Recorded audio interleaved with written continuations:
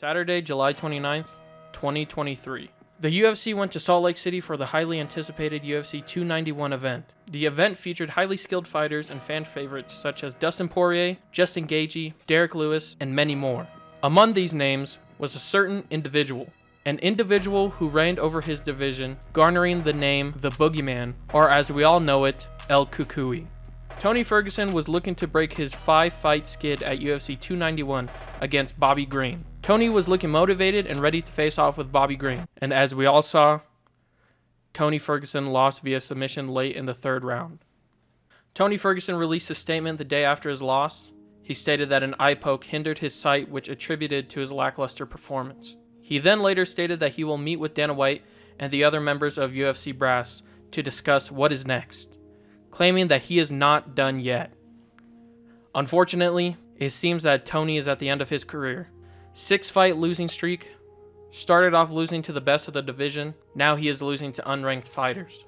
Tony is a shell of his former self, no longer El Cucuy of the past. Let's take the time to enjoy the illustrious career that Tony has left for us. Hold on, I'm crying, brother. Anthony Armand Ferguson was born in Oxnard, California, but grew up mainly in Michigan. The name Ferguson comes from his Scottish stepfather. At Muskegon Catholic Central High School, Tony participated in football, baseball, and wrestling. Tony was a 3-time All-State selection in wrestling, winning the 152-pound division in 2002. Ferguson went on to enroll at Central Michigan University before transferring to Grand Valley State University. He did not complete his degree, but he had a successful collegiate wrestling career, having won the 2006 National Collegiate Wrestling Association National Wrestling Championship and the 165-pound division. After college, Tony would move back to California. He worked in marketing and sales in the day and picked up shifts as a bartender at night. One night, a patron at the bar noticed Ferguson's cauliflower ear, and they discussed his wrestling background. Unbeknownst to Tony, the patron was a trainer at a local MMA gym and invited him to help teach wrestling. This was the beginning of Tony's MMA journey. Ferguson started his professional MMA career in 2007. He got his start competing in small organizations in California. Tony Ferguson had applied to compete in the UFC reality series The Ultimate Fighter multiple times, but didn't get accepted until 2010. After amassing a 10-2 professional record, he participated in season 13 of The Ultimate Fighter, Team Lesnar vs. Team Dos Santos. He was selected as the third pick for Team Lesnar. Ferguson knocked out Justin Edwards in the first round. In the quarterfinals, he TKO'd Ryan McGillivray, and the semifinals, he TKO'd Chuck O'Neal. Tony Ferguson's UFC debut came against fellow TUF finalist Ramsey Nijem, where they fought for a UFC contract. Ferguson knocked Nijem out in the first round, becoming the winner of a UFC contract and receiving a KO of the night bonus. September 24th, 2011. UFC 135, Ferguson made his return to lightweight and faced Aaron Riley. The fight was stopped in the first round by a TKO victory for Tony, as Riley said he had a broken jaw. Ferguson's third fight was against MMA veteran Yves Edwards at the Ultimate Fighter 14 finale. Tony won via a unanimous decision. Tony's fourth fight had a few hurdles. He was expected to face Dennis Hallman on May 5th, 2012 at UFC on Fox, Diaz vs. Miller. Hallman pulled out of the bout with an injury and was replaced by Thiago Tavares. Tavares also pulled out due to an injury and was eventually replaced with Michael Johnson. Tony Ferguson lost the fight by unanimous decision. This fight will mark Tony's last loss before going on an absolutely legendary win streak. After a year away from competition, healing from an arm injury, Tony returned to face Mike Rio on October 19th, 2013 at UFC 166.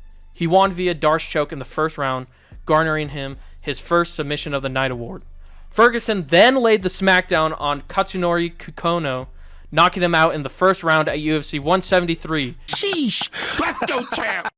El Cucuy was expected to face Danny Castillo at UFC 176 on August 2nd, 2014, but the fight was rescheduled due to the cancellation of the event. The fight was rescheduled for August 30th, 2014 at UFC 177. Tony won the fight by a split decision. Tony would then go on to add to his win streak by clapping Gleason Tebow and Josh Thompson.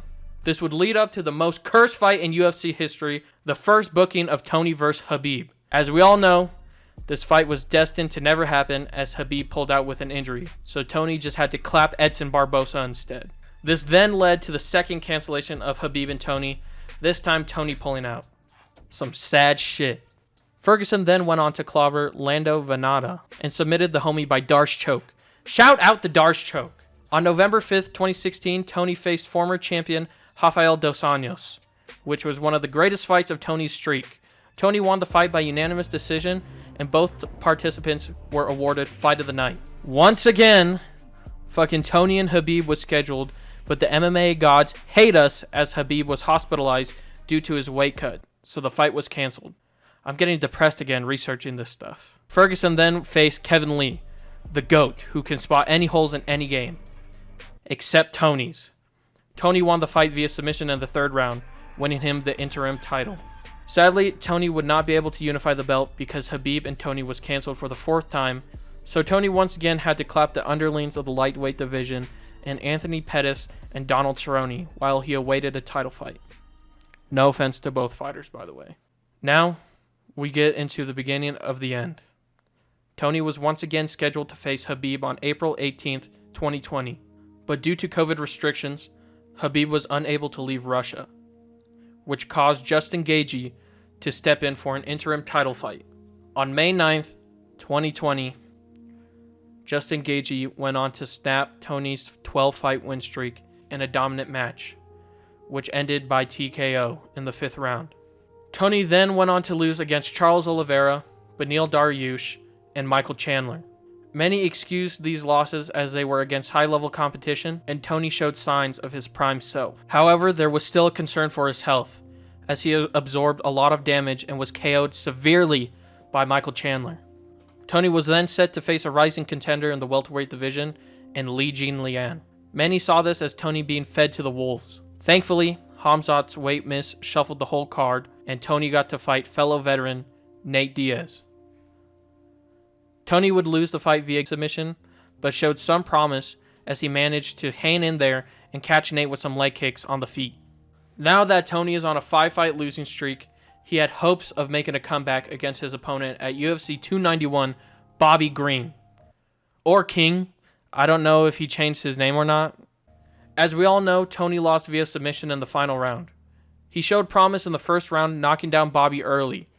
Many fans on Twitter and Tony himself has said that the eye poke he suffered in the first round hindered his abilities for the rest of the fight. This may be true, but I believe all of us fans should accept that Tony is no longer in his prime. At the age of 39, Tony is now losing to unranked competitors. Tony has sustained a lot of damage throughout his career and has shown signs of potential CTE. Tony should hang up the gloves for the sake of his well-being. Although Tony never achieved undisputed champion status in the UFC, he was an interim champion and he left behind a stellar career with a legendary win streak that us fans will never forget. In his prime, no one was as entertaining and dangerous as Tony Ferguson. Many feared El Cucuy, as he was extremely well-rounded. He was possibly the only one who could have troubled Khabib on the ground, as Tony worked well off of his back. Unfortunately, Tony overstayed his welcome.